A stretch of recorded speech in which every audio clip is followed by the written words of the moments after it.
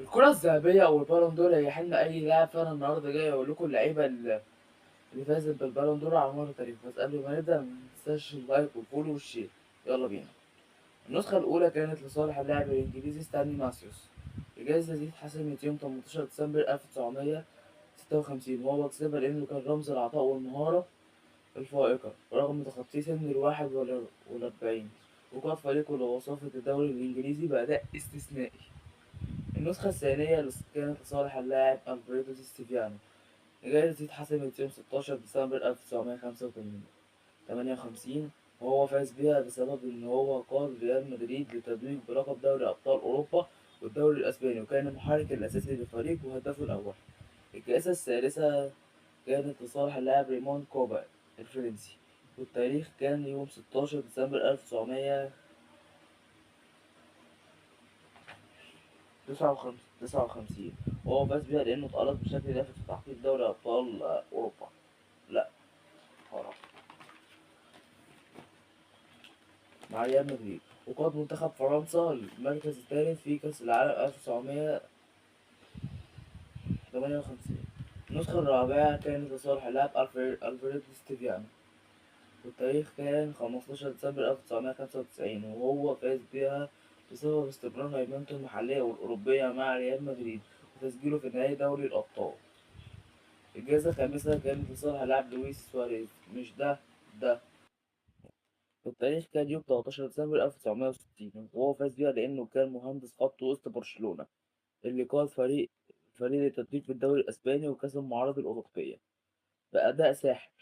النسخة السادسة كانت لصالح اللاعب عمر سيفوري، والتاريخ كان يوم 12 ديسمبر 1961، وهو فاز بيها بفضل مهاراته الفردية العالية وقاد وقاد يوفنتوس وقادة يوفنتوس للفوز بالدوري الإيطالي وتسجيله 25 هدف في ذلك الموسم. النسخة السابعة كانت لصالح اللاعب جوزيف ماسوكاس، والتاريخ كان يوم 18 ديسمبر 1962، وهو فاز بيها لأنه قاد منتخب بلده لنهائي كأس العالم 1962 في تشيلي، وسجل هدف في النهائي ضد البرازيل. الجائزة الثامنة بقى كانت صالح ليفيا شين، والتاريخ كان يوم 17 ديسمبر 1963، وهو كان الحارس الوحيد في التاريخ الفائز بالجائزة دي بفضل تصدياته الأسطورية وقيادة فريقه للفوز بالدوري السوفيتي واستقباله 6 أهداف في 27 مباراة فقط. انتوا متخيلين؟ الجائزة التاسعة لاعب دينيس لو، والتاريخ كان 22 ديسمبر 1964، وهو سجل 46 هدف في موسم واحد مع مانشستر يونايتد في جميع المسابقات، مقدما أداءه هجوميا مرعبا. النسخة العاشرة كانت للاعب أوزيبيو، والتاريخ كان يوم 28 ديسمبر 1965. والفهد الأسمر بقى قاد فريقه لنهائي دوري أبطال أوروبا، وحقق الدوري البرتغالي متصدرا قائمة الهدافين بغزارة طريق بمرعب حراس المرمى. النسخة الحادية عشر للاعب بوبي تشارلتون، والتاريخ كان يوم 13 ديسمبر 1966، وده كان القائد الملهم اللي قاد منتخب إنجلترا لتتويج بلقب كأس العالم الوحيد في تاريخهم عام 1966. النسخة الس... النسخة الثانية عشر كانت للاعب فلوريان ألبرت، والتاريخ كان 26 ديسمبر 1967، وهو قدم مستويات مبهرة في الدوري المجري وحقق اللقب كمان، وكان من أبرز المهاجمين في أوروبا. النسخة الثالثة عشر للاعب جورج بيست، والتاريخ كان 24 ديسمبر 1968، وده كان العبقري اللي قاد مانشستر يونايتد للتتويج بأول لقب دوري أبطال أوروبا في تاريخ النادي، مقدما ساحرا كرويا لا ينسى. النسخة الرابعة عشر كانت للاعب جاني ريفيرا، والتاريخ كان 23 ديسمبر 1966. 69، وده كان الفتى الذهبي للكرة الإيطالية، وقاد ميلان للفوز بدوري أبطال أوروبا بأداء أنيق في صناعة اللعب. النسخة الخامسة عشر للاعب جيرد مولر، والتاريخ كان 29 ديسمبر 1970، وده المهاجم التاريخي اللي سجل 10 أهداف في كأس العالم 1970. وحصد الحذاء الذهبي للبطولة. حصد الحذاء الذهبي للبطولة. النسخة السادسة عشر للاعب يوهان كرايف، والتاريخ كان 28 ديسمبر 1971. وأعرب الكرة الشاملة قاد فريقه للثلاثية التاريخية، تضمنت دوري أبطال أوروبا والدوري الهولندي. النسخة السابعة عشر للاعب فرانس بيكنابول، والتاريخ كان يوم 26 ديسمبر 1972. وهو اخترع مركز هو الليبرو العصري، وقاد منتخب بلده للتتويج بكأس أوروبا عام 1972. النسخة الثامنة عشر للاعب يوهان كرايف، والتاريخ كان يوم 18 ديسمبر 1973. وهو انتقل لبرشلونة وربح وربح الفريق منصات التتويج بالدوري الأسباني بأداء عبقري. النسخة التاسعة عشر للاعب يوهان كرايف، والتاريخ كان يوم 31 ديسمبر 1974. وقد منتخب هولندا لنهاية كأس العالم 1974 حصل على أفضل لاعب في البطولة بفضل أسلوب اللعب المبتكر. النسخة العشرون للاعب أوليغ بلوخين، والتاريخ كان يوم 30 ديسمبر 1975. وهو قاد فريقه للفوز بكأس الكؤوس الأوروبية والسوبر الأوروبي، تفوقا على بايرن ميونخ. النسخة الحادية والعشرون للاعب فرانس بيكنابور، والتاريخ كان يوم 28 ديسمبر 1976. وهو فاز بيها لأنه قاد بايرن ميونخ للسيطرة على أوروبا وتحقيق دوري أبطال أوروبا للمرة الثالثة على التوالي.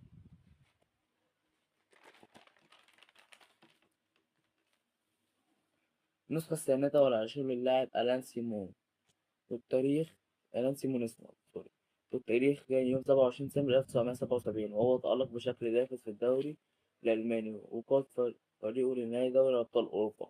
النسخة 23 للاعب كيفن كيفان، والتاريخ كان 27 ديسمبر 1978. وهو انتقل لألمانيا وتألق بشكل مذهل في هامبورغ، صدرهم للمنافسة الشرسة المحلية والأوروبية. النسخة الأربعة والعشرين للاعب كيفن كيران، والتاريخ كان يوم 25 ديسمبر 1979. وهو قاد هامبورغ وقاد فريقه التتويج باللقب الدوري الألماني بعد غياب طويل.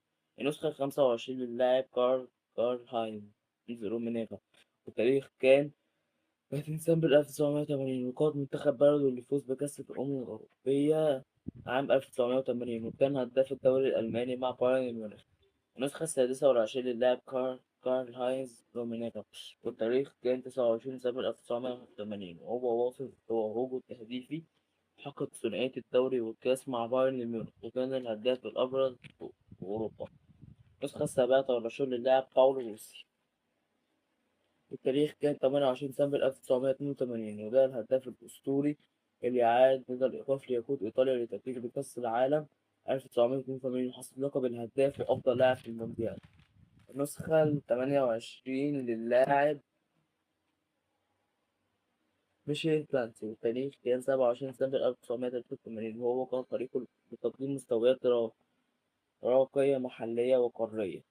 النسخة التاسعة والعشرون للاعب ميشيل بلاتي، والتاريخ كان يوم 25 ديسمبر 1984. وهو قدم بطولة تاريخية في يورو 1984. وقاد فرنسا اللقب، سجل أهداف في البطولة. وده كان رقم قياسي. النسخة التلاتين للاعب ميشيل بلانسي، وهو حقق دوري أبطال أوروبا مع يوفنتوس، وكان هداف المسابقة. وحقق الدوري الإيطالي للمرة الثالثة على التوالي. النسخة واحد وتلاتين للاعب إيجور بلانوف، وتاريخ 30 ديسمبر 1986. وهو قاد فريقه للتتويج بكأس الكؤوس الأوروبية، وتألق بشكل ملفت مع منتخب بلاده في كأس العالم 1986. النسخة الاتنين وتلاتين للاعب رود خالد، والتاريخ كان 29 ديسمبر 1987.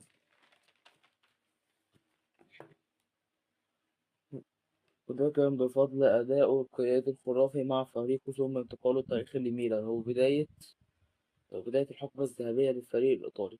النسخة الثالثة والعشرون للاعب ماركو فان باستن، التاريخ كان 27 ديسمبر 1988. وهو قاد منتخب هولندا لتتويج بيورو 1988، وسجل هدفه الأسطوري في النهائي ضد الاتحاد السوفيتي وتألقه مع ميلان. النسخة ال34 للاعب ماركو فان باستن، والتاريخ كان 26 ديسمبر 1989. هو قاد فريقه بالسهل التتويج بدوري أبطال أوروبا، وسجل هدفين في المباراة النهائية. النسخة ال35 للاعب لوسارو مارتينيز، في التاريخ كان 25 ديسمبر 1990، وده هو القائد تدريبات بلده للفوز بكأس العالم 1990 في إيطاليا. مستويات قيادية مبهرة في خط الوسط. النسخة السادسة والثلاثون للاعب جان بيكا بان، والتاريخ كان 24 ديسمبر 1991، وهو قاد فريقه لنهائي دوري أبطال أوروبا وحقق الدوري الفرنسي، وكان الهداف الأبرز للبطولة المحلية والقارية. النسخة السابعة والثلاثون كانت للاعب ماركو فان باستن، والتاريخ كان 22 ديسمبر 1992، وهو فاز بها بسبب ممارسته لهوايته، روعة ممارسته لهوايته. النسخة الثمانية والثلاثون كانت لصالح اللاعب روبرتو باجيو، والتاريخ كان 28 ديسمبر 1993، وهو قاد فريقه للفوز بكأس الاتحاد الأوروبي، وقدم عاما في ريا ساحرا من حيث الأهداف والتمريرات الحاسمية. النسخة 39 للاعب كريستو ريتشكوف، والتاريخ كان 20 ديسمبر 1994، وقاد منتخب بلغاريا نصف نهائي كأس العالم 1994، وحصد لقب الهداف المونديال بالإضافة تألقه مع برشلونة.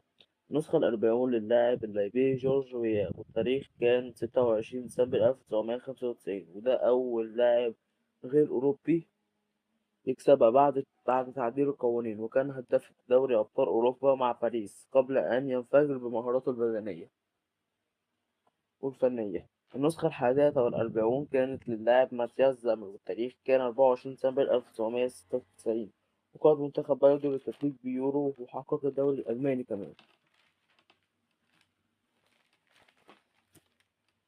النسخة الاتنين والأربعون للاعب رونالدو الظاهرة، والتاريخ كان 23 ديسمبر 1997، وده أصغر لاعب يكسبها ب21 عاما، ودمر الدفاعات في أسبانيا وسجل 47 هدف. انتوا سجل 47 هدف. النسخة التلاتة والأربعون لزين الدين زيدان، والتاريخ كان 22 ديسمبر 1998، وده البطل القومي اللي سجل هدفين بالراس في نهائي كأس العالم 1998. النسخة الرابعة والأربعون للاعب ريفالدو، والتاريخ كان 21 ديسمبر 1999، وهو قاد البرازيل للفوز بكوبا أمريكا وبرشلونة للفوز بلا ليجا بفضل بصرياته الساحرة، اللي هي التمريرات يعني، وأهدافه المقصية الخرافية. النسخة الخامسة والأربعون للاعب لويس فيجو، التاريخ كان 19 ديسمبر سنة 2000، وهو قدم موسم استثنائي في صناعة اللعب والمهارة الفردية. النسخة السادسة والأربعون للاعب مايكل أوين، والتاريخ كان 18 ديسمبر 2001، وهو قاد فريقه لتحقيق الخماسية التاريخية بأهدافه الحاسمة السريعة. النسخة السابعة والأربعون للاعب رونالدو الظاهرة، والتاريخ كان 17 ديسمبر 2002، وهو بقى عائد من إصابة الرباط الصليبي، وقاد البرازيل للفوز بكأس العالم سنة 2002. النسخة الثمانية والأربعون للاعب بافي نيدفيد، والتاريخ كان 22 ديسمبر 2003، وده بقى قاد فريقه لنهائي دوري أبطال أوروبا والفوز بالدوري الإيطالي بجهد فني وبدني خارق. النسخة التاسعة والأربعون للاعب أندري سيفتشينكو، التاريخ كان 13 ديسمبر 2004، وده قاد ميلان للفوز بالدوري الإيطالي، وحصد لقب الهداف السكو السكو سكوريتو من مستويات هجومية مرعبة. النسخة الخامسون للاعب رونالدينيو، والتاريخ كان 28 نوفمبر 2005، ساحر كرة القدم الذي خلى الجميع يعشق اللعبة، وقاد برشلونة للدوري الأسباني، قدم نسخ فنية كبيرة جدا لوح فنية كبيرة جدا مش هننساها طبعا. نسخة 51 للاعب كانافارو، والتاريخ كان 27 نوفمبر 2006، وده قدم أداء دفاعي إعجازي، قاد بيه منتخب بلده للفوز بكأس العالم 2006، والتاريخ كان النسخة 52 للاعب كاكا، والتاريخ كان 2 ديسمبر 2007، وهو قدم موسم إعجازي قاد فيه ميلان للتتويج بدوري أبطال أوروبا، وكان هداف المسابقة بهدف منفرد لا يمحي من الذاكرة. النسخة الثالثة والخمسون للاعب كريستيانو رونالدو، وحشني يا دون.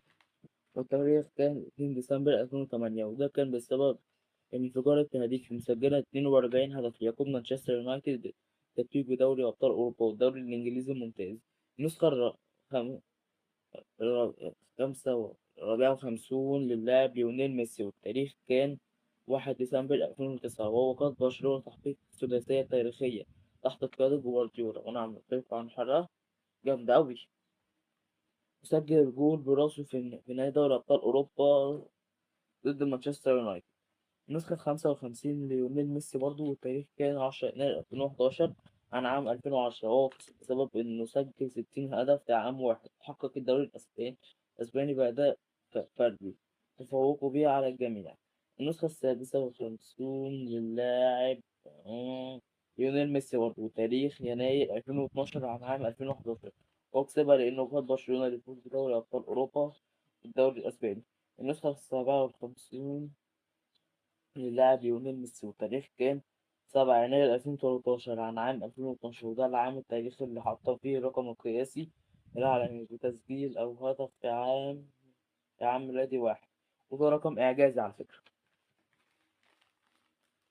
النسخة 58 للاعب كريستيانو رونالدو، والتاريخ كان 13 يناير 2014 عن عام 2013، هو كسبها بسبب القمة التهديفية مرعبة ومساهمته الفردية خارقة في تأهيل البرتغال لكأس العالم بهاتريك تاريخي ضد السويد. النسخة 59 للاعب كريستيانو رونالدو، والتاريخ كان 12 يناير 2015، وهو كسبها لأنه قاد ريال مدريد لتحقيق اللقب العاشر المستعصي في دوري أبطال أوروبا.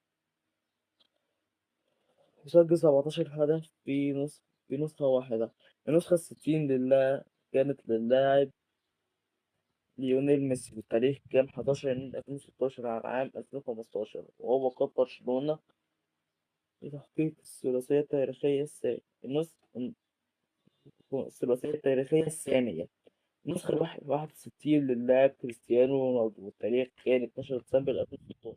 السنة دي كانت السنة الأنجح في مسيرته، وقاد ريال مدريد للفوز بدوري أبطال أوروبا، وحقق الإنجاز التاريخي بالفوز باليورو 2016 مع البرتغال. النسخة 62 للاعب كريستيانو رونالدو، والتاريخ كان 7 ديسمبر 2017، وكسبها لأنه حافظ على دوري أبطال أوروبا مع ريال مدريد، وحسمها بشكل حاسم ومدمر في الأدوار الإقصائية ضد كبار أوروبا. النسخة 63 للاعب لوكا مودريتش، والتاريخ كان 3 ديسمبر 2018، وهو كسر هيمنة ميسي ورونالدو، وقاد منتخب كرواتيا لإعجاز الوصول لنهائي كأس العالم 2018، محرزا جائزة أفضل لاعب في المونديال. النسخة 64 للاعب ليونيل ميسي، والتاريخ كان 2 ديسمبر 2019، وهو حصل الحذاء الذهبي الأوروبي، ومسجلا 36 هدف، تقاط برشلونة للفوز بالدوري الأسباني سنة 2020. وسنة 2020 بقى اتلغت بسبب فيروس كورونا، وتوقفت بعض الدوريات كمان. نسخة 65 للاعب ليونيل ميسي، والتاريخ كان 29 نوفمبر 2021، وهو حقق حلمه الكبير بقيادة منتخب الأرجنتين للتتويج بكوبا أمريكا 2021 بعد غياب طويل، وكان هداف البطولة وأفضل لاعب فيها. نسخة 66 كانت لكريم بنزيما، والتاريخ كان 7 أكتوبر 2022، وده كان موسم الريمونتادات الإعجازي، وقاد ريال مدريد للفوز بدوري أبطال أوروبا والدوري الأسباني. نسخة 67 للاعب ليونيل ميسي، والتاريخ كان 30 أكتوبر 2023، واللي كسبه اللي كسبه هو اللي كسبه هو الإنجاز التاريخي الأثمن، وقاد الأرجنتين للفوز بكأس العالم 2022 في قطر، وسجل 7 أهداف ومتوجا بأفضل لاعب في البطولة، ليقفل ملف كرة القدم. نسخة 68 للاعب رودريجو، والتاريخ كان 28 أكتوبر 2024، وهو كان المحرك والقلب النابض اللي قاد مانشستر سيتي للفوز بالدوري الإنجليزي الممتاز، وقاد منتخب أسبانيا للتتويج بلقب يورو 2024، وحصل على جائزة أفضل لاعب في البطولة. نسخة 69 للاعب عثمان ديمبلي، والتاريخ كان 22 سبتمبر 2025، وهو كسبها لأنه قدم موسم استثنائيا ومبهر، وقاد في باريس سان جيرمان لتحقيق المجد التاريخي بالفوز بلقب دوري أبطال أوروبا لأول مرة في تاريخ النادي، بالإضافة إلى الجمع بين الثنائية المحلية والدوري وكأس وكأس السوبر، وكان محرك الهجوم الأول للفريق ومفتاح الانتصارات الكبرى في السير الأوروبية الإقصائية ب37 هدف و15 تمرير حاسمة. برضه تقريبا ممكن يكسبها تاني. طبعا احنا نفسنا كمصريين إن أي لعيب كرة قدم مصري يكسب الجايزة ديت، إذا كان بقى مو صلاح أو عمر مرموش. لو عجبتك الحلقة اعمل لايك وفولو، ولو عايز نعمل أفكار تانية قول تحت في الكومنتس، وقول لي برضه إيه رأيك في الحلقة في الكومنتات. وبس. باي باي. باي باي.